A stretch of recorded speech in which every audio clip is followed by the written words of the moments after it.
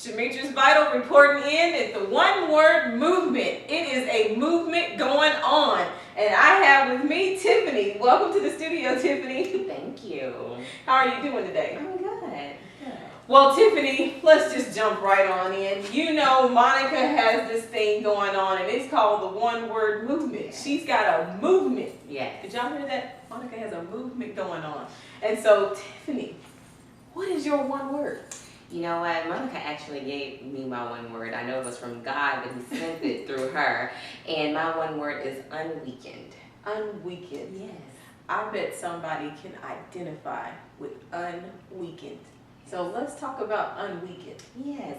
It just means like in my life and in situations that I'm a more stronger, bolder person in my walk.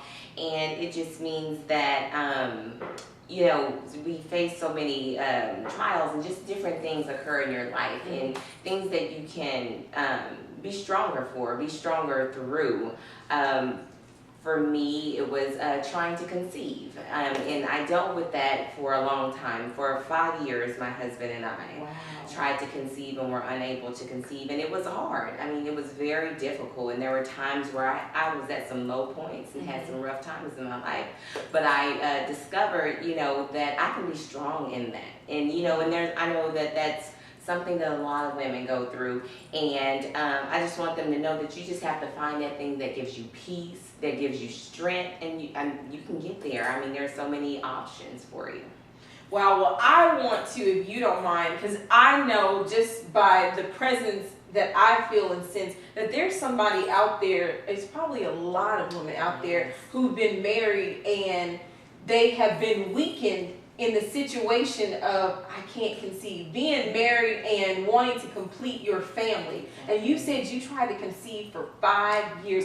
I know that there's a couple out there right now probably watching this that says, you know what, well, we haven't been able to conceive. What do we need to do? And then how is it possible that this young lady is saying that she has been unweakened by this situation? So let's kind of just talk just a little bit about that. I want you to just speak to our people and just share your heart, because I can really feel your heart right now talking about that when you said it wasn't the word that was given straight to you, but it came from Monica, and then you said, okay, you know what? That's true. Yes. So let's go into that.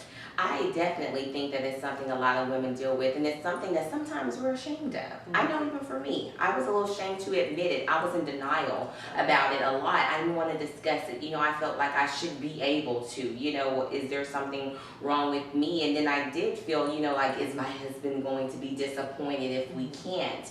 But there are so many options that you have for you nowadays, and you know, there's adoption, there's fertility, and you just have to find out which one works for you, and you have to be strong. I mean, because it's a stressful process and it's hard, but you have to find your strength and find whatever works for you, and then you have to go with it. It's also something that takes time and it takes patience, but you just have to, you know, research your options and don't give up. You know, there are a lot of children that need homes, and then, you know, like I said, there's other processes that you can go to conceive. So you just have to be strong and stay fast and keep your strength.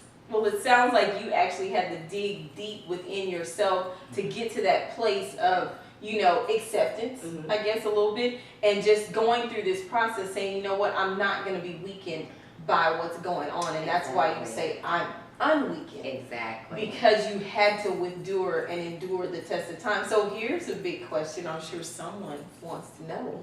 You said it's been 5 years and you've been trying to conceive. So can you give someone hope out there? Have you been able to conceive now that you have dug in and you found that place within yourself? Yes, ma'am. We were able to conceive. I have a beautiful 7-month-old. His name is Kingston, and we are overjoyed. I mean, he's definitely my life's joy, so I didn't give up. I, you know, stayed strong, and we did go through the fertility, and it was a rough road or whatever, because, you know, you have to stay fast and, you know, be be positive, you know, be strong, be open-minded. You know, sometimes you do get disappointments. It's not always going to take on the first time, or different things might arise or whatever, but you just have to know what you want and know that you have to have strength, and you have to have courage, you have to have determination. You know, if this is something that you want, you have to stay grounded and believe and go get it, you know?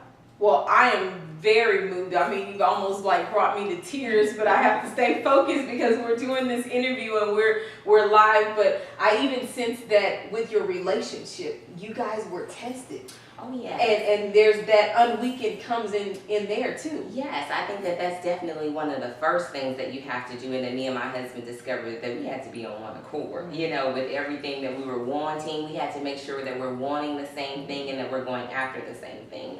You know, I think that he was nervous at first because, you know, sometimes people think like, if you can't conceive, well, maybe there are some serious issues and things like that. So he was nervous about that. Like, you know, in the sense, I don't want anything to happen to you and things like that. So I had to make him, you know, go to my doctor's appointments and things like that. Let the doctors talk to him and let them explain to him what's going on with me and the risk, or if there are any risks, and make him knowledgeable of everything that's going on so he can be comfortable too. And once we had that, he was fine, and we were on one accord, and we stayed together, and hey, we have a beautiful baby boy.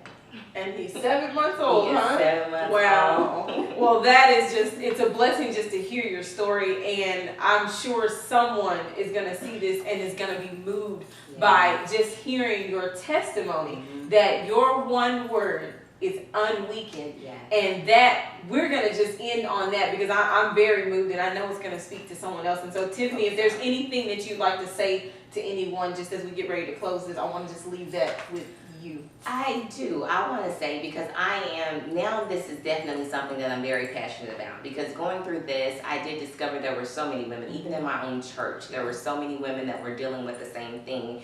And when we finally admitted it and talked about it and was open with it, we helped each other. Can I tell you that when we started opening up and sharing, and then, you know, all like kind of advising each other, there was about 3 of us, and I can tell you that we all have babies now. Oh, wow. You know, and I know that it doesn't work like that for everyone, but, you know, it was just something that happened for us, just opening up and being honest with ourselves and being strong and continuing the process.